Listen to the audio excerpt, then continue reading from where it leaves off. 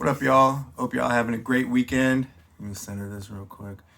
Y'all got to bear with me. I'm still learning the ropes of this stuff. But all right, so I had something on my heart. I've been hanging out with the family a lot today, as I do on weekends.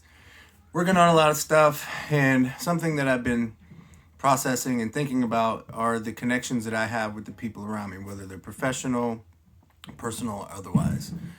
For context, I literally only have like two people outside of my like direct family unit that I consider like my best friends in life too.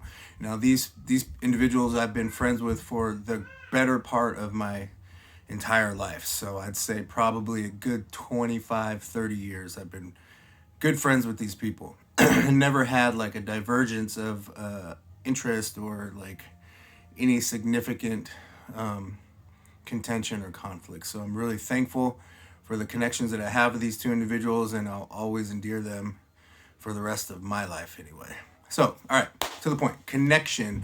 By no means is this an exhaustive list. This is just three things that come to my mind that sit pretty heavily on my heart and that I feel are, for me, at any rate, the more important parts of connection. All right, so number one, boundaries. Now, this is going to be the top of the list, at least my list, for a lot of things when it comes to relationships with other people. Doesn't matter what kind, relationships in general, right? So what do I mean boundaries in connection? Well, as an example, let's say that you're having a conversation with someone and another person that you're familiar with or you're good friends with walks up and they interrupt.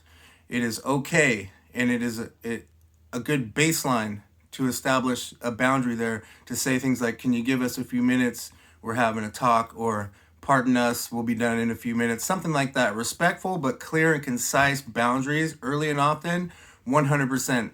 That'll give a clear indication and send a real message to the person that you're engaging with. Hey, I'm here engaging with you. I'm focused on this interaction. I don't know what's going on with this person, but it doesn't seem to be an emergency. It can wait until we're finished. Beautiful, beautiful boundary. I do it all the time. Fellowship. Now, where I feel fellowship is important in connection is that I do my best to go into interactions with people in my daily life with the intent of good giving, right? A joyful fellowship or a fun fellowship, if at all possible.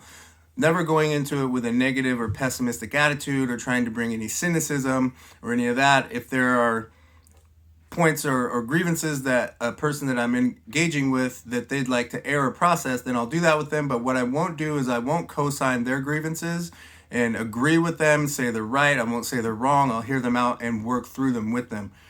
All right, moving on. Joy sharing.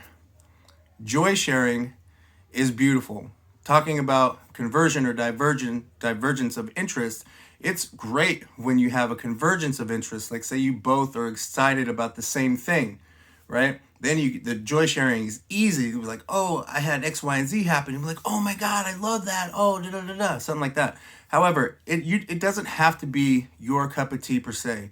That person is, and their joy should be your joy.